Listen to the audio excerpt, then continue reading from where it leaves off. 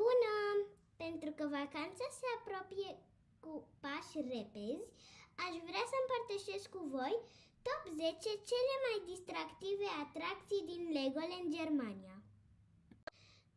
Pe locul 10 avem Pyramid Rally, o combinație amuzantă de sport și distracție în familie.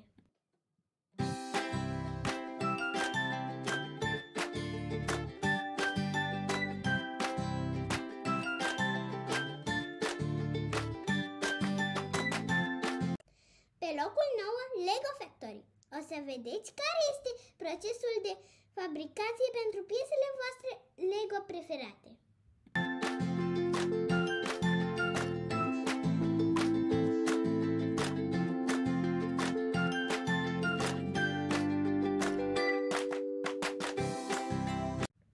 Pe locul 8, Temple Expedition. O să aveți parte de o aventură amuzantă cu pistoale laser.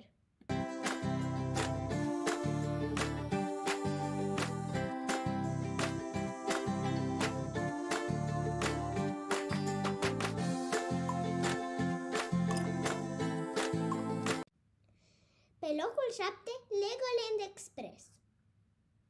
O să faceți turul întregului parc cu trenulețul Lego.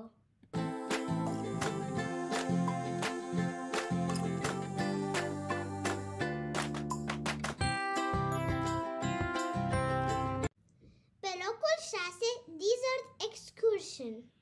Dacă îți place distracția la înălțime, dă-te în Lego balonul.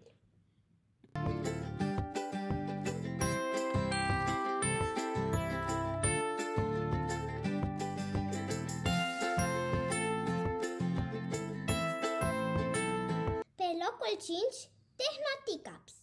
Ține-te bine, este o distracție amețitoare.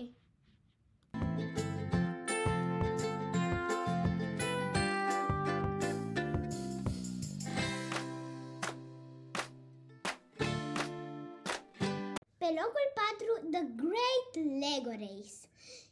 Este un carusel cu multe întoarceri. Pregătiți-vă să prindeți viteză!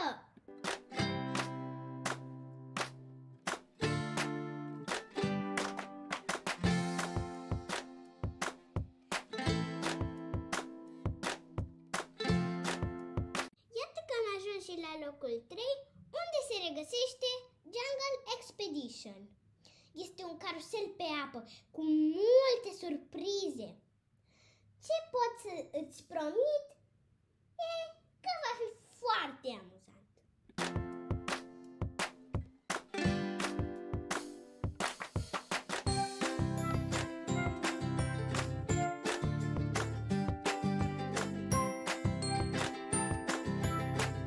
Locul 2 avem Dragon Hunt, un carusel scurt și intens, care te va conduce în lumea dragonilor.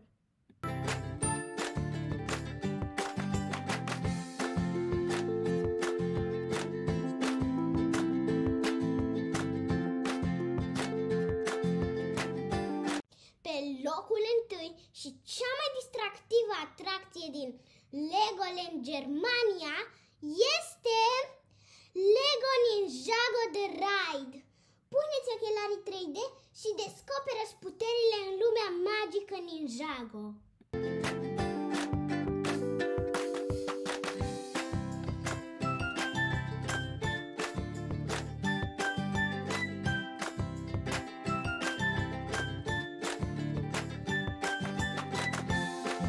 La final, vreau să vă ofer și un bonus.